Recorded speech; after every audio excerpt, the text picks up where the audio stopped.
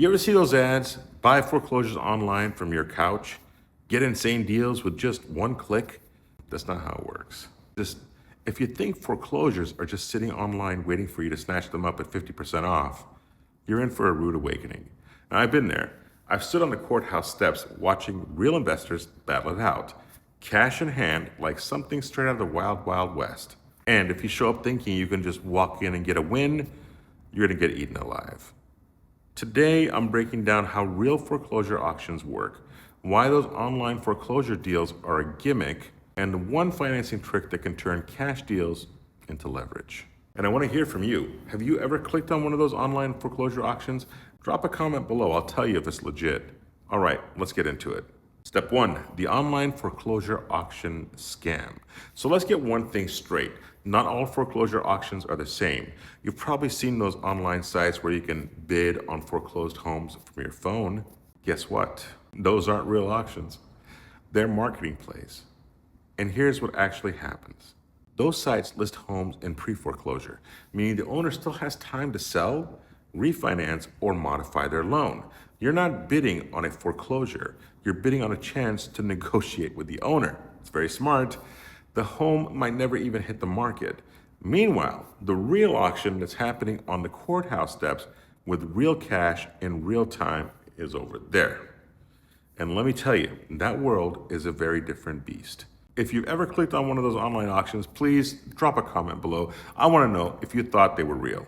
Step two, the real foreclosure auctions at the courthouse steps. All right, let me take you inside the real foreclosure game. I'll never forget the first time I went to the Stanislaus County foreclosure auction. It was early Wednesday morning and the courthouse steps were buzzing and guys were pulling out stacks of cashier's checks. It was a high stakes poker game. No loan approvals, no mortgage financing, just straight up cashier's checks. These weren't your average home buyers. One guy was a grocery store manager who owned 40 homes. And another guy, his sister was a realtor, but he ran the auction game full time.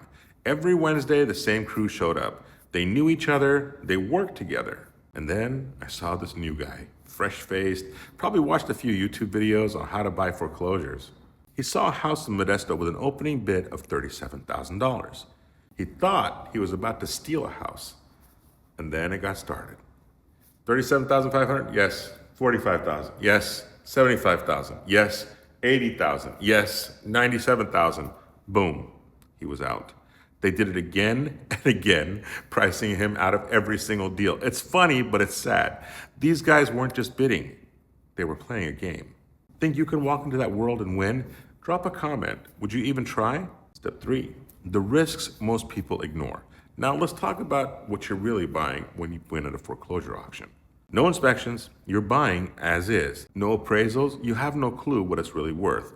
No walkthroughs, you can't even go inside before you bid. Title issues, well, they're yours now.